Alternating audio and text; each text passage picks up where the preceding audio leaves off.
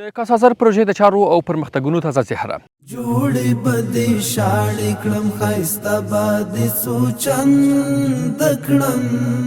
د دې پروژې لومړی لاټ چې د تاجکستان پل شیرخان بندر څخه پیلیږي او بیا د بغلان ولایت تر دهسلا ولسوالۍ پورې 290 کیلومتره دوام پیدا کوي. په بېلابېلو برخو کې چارې تر 50 سلنې پرمختګونه لري. پیشرفت‌های قابل ملاحظه ما داریم. در بخش فاندیشن تقریبا ما 70% پیشرفت داریم، در بخش ارکشن 60% و در بخش استرنگینگ یا لنکشی تقریبا حدود 25 تا 30% ما پیشرفت کاری داریم. د بنسټونو جوړول، پایو نصب او د برېښنا لیږدموزو غځول د لومړي لاټ په بېلابېلو برخو کې کاري بوختیاوو برخې جوړوي.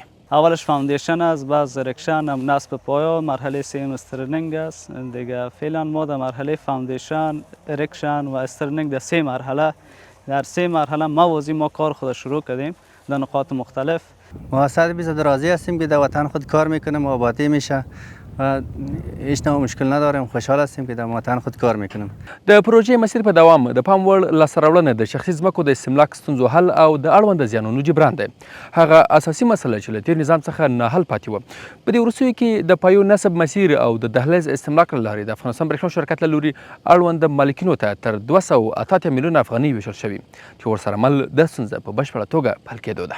از کسایی که زمین شخصی است قواله دارن به او پولش پرداخت شده داده شده. زمینایی که دولتی است حقوق مربوط به دولت میشه.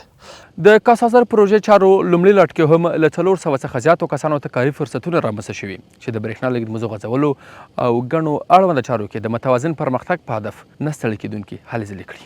جای افتخار است که ما میتونیم در چنین پروژه های بین المللی توسط ظرفیت داخلی خود چنین پروژه را ما اجرا بکنیم و در پهلوی از این زمینه اشتغال برای مردم افغانستان ایجاد میشه که تقریبا حدود 400 نفر به شکل مستقیم از این پروژه مستفید میشه و تقریبا به عام اگر بگیریم شاید حدود 2000 نفر از این پروژه به شکل عمومی مستفید میشه. زمینه کار محله هم چیزی که مردمای غریب هستن که کار نمیافتن، الحمدلله وقتی که شرکت جور شده رئیس کارگرش از این محل منطقه میگیرن، بسیار خوش هستن کلشان.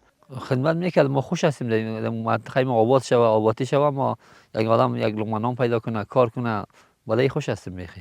د کاسازر پروژه چې د افغانستان له لارې د منځنۍ اسیا انرژي سویلي اسیا ته لیږدوي، افغانستان ته د میلیونونو ډالره کلني حق العبور په ګډون ګڼې ګټې لري چې ټاکل شوې تر راتلونکو 2 کلونو پورې چارې د هیواد دننه په ټولو برخو کې بشپړې شي.